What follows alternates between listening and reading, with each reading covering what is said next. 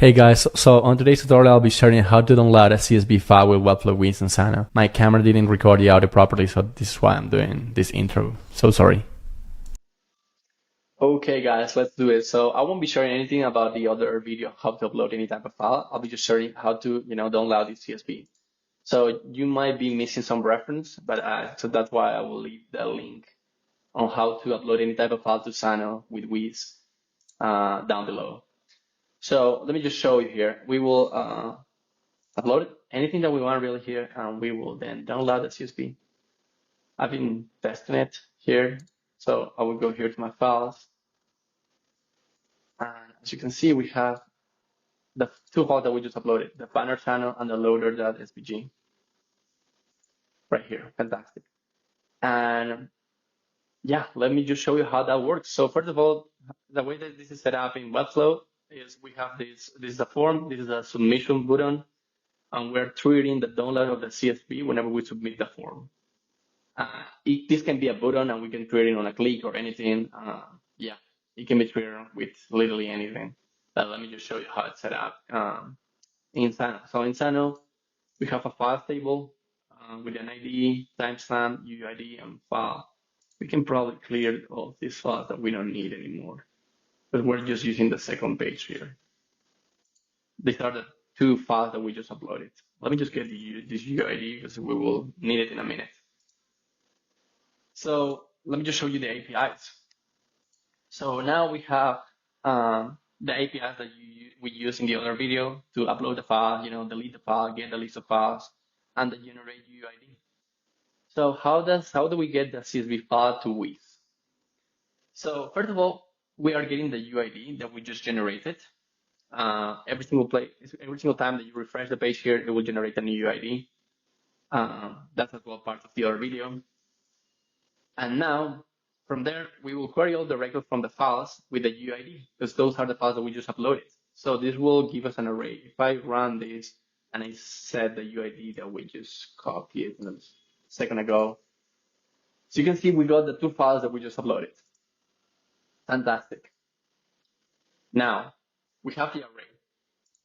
What's the next step? The next step is to create the base for the CSV.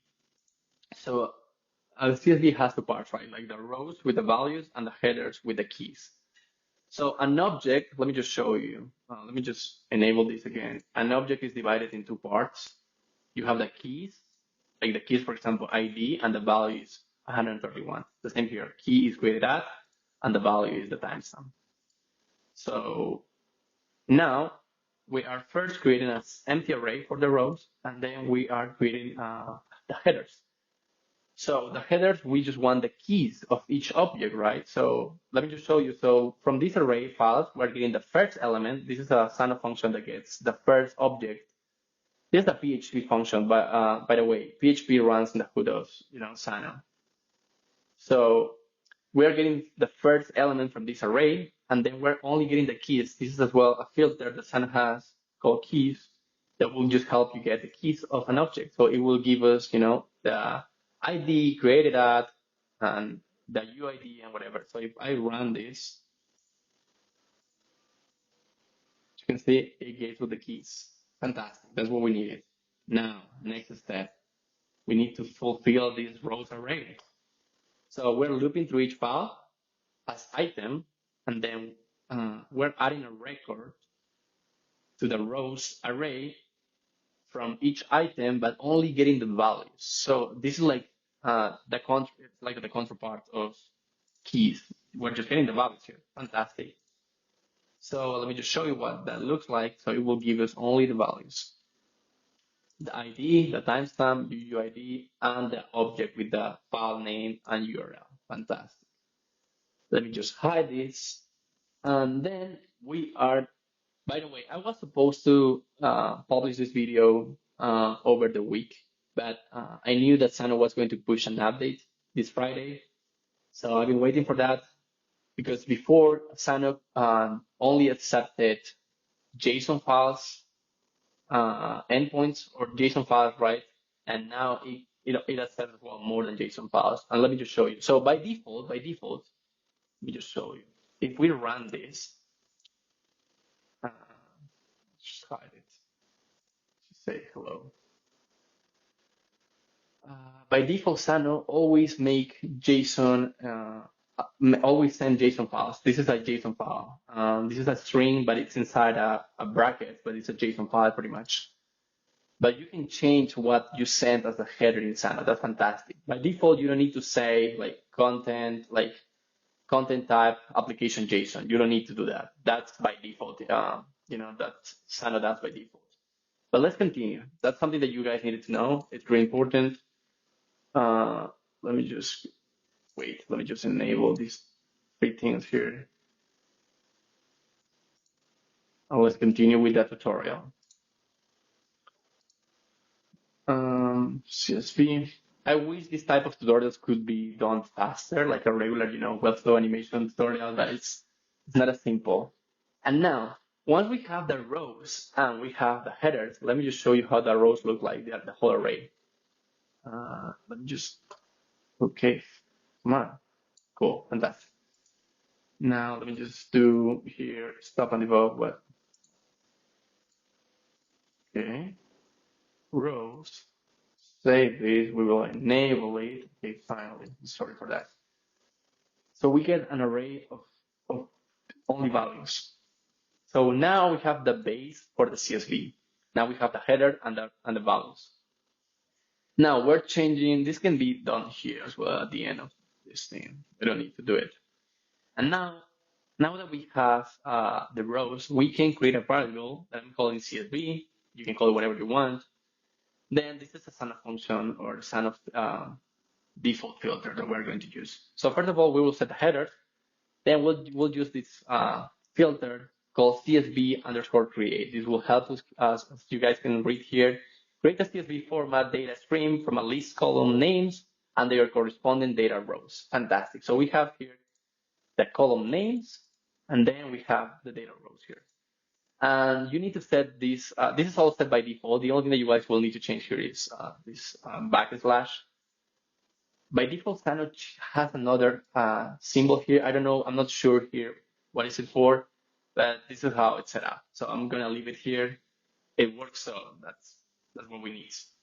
Let's just save that, and then we're going to change the content type of our request. We don't want to send a JSON file. We want to send a CSV. We'll say content type 2.text/CSV. This is something that you can find in a Xano tutorial, or you can ask ChatGPT. What are the headers that I need to set in an API endpoint to send a CSV? And I promise you, they will give you the same data that you need right here, and you can just replace it. So, and then let me just remove this. So now we're just sending this content disposition attachment file with this name, data.csv. We don't really care about the name because we will set it from the front end.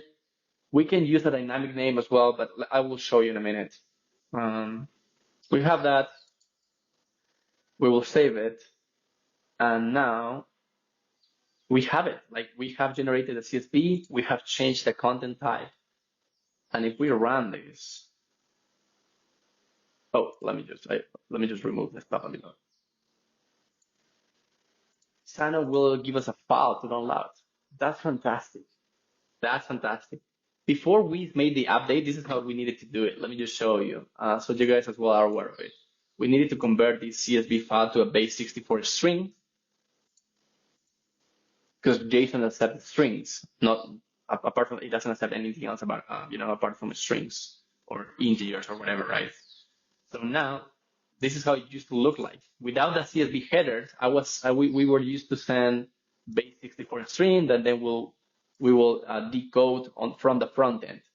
But now we can send, as you guys can see here, we can send the CSV files. So let me just save this, enable it. And let's continue. Just publish this. And now the wizard app. So if we run this again, we get the file, right? We're not going to download it, but let's continue now from the front end. So in Wized, we have a function download CSV. We're requesting these APIs, a GET request. You don't need to be authenticated. So the only thing that we're sending here is the UID. Fantastic. If I run this, obviously it won't show here because Wized doesn't have it won't show you here to download, but let me just show you in a minute how can we set it up. Now let's go to the action. This will help us download that file. So let me just go here, type download, okay.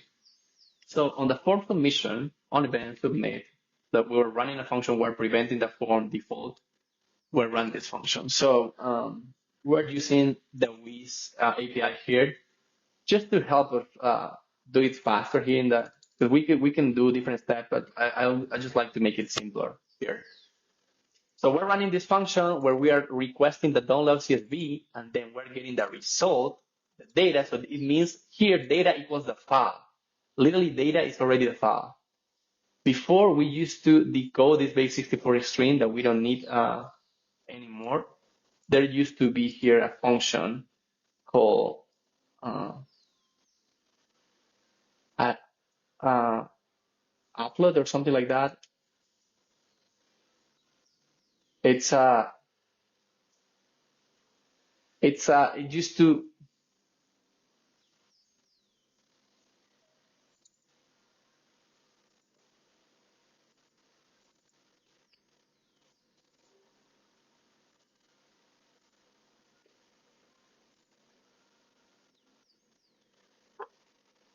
Okay, guys. So from here, we are first requesting the okay, guys. So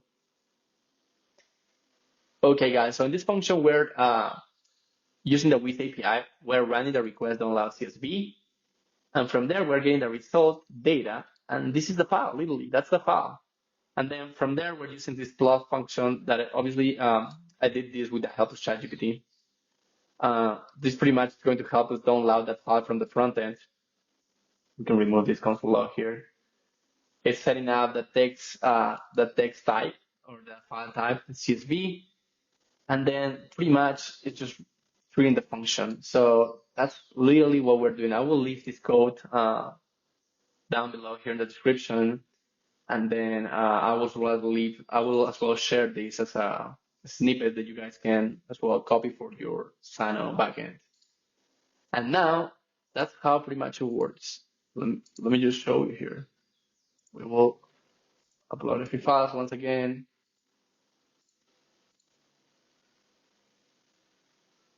And we say download CSV. Fantastic. So we just got the CSV file generated. So we can do this with a ton of type of different files. So that's the cool thing. So let me know, guys, if you like this type of tutorials. I'm trying to make it as fast as possible. I hope you guys liked it.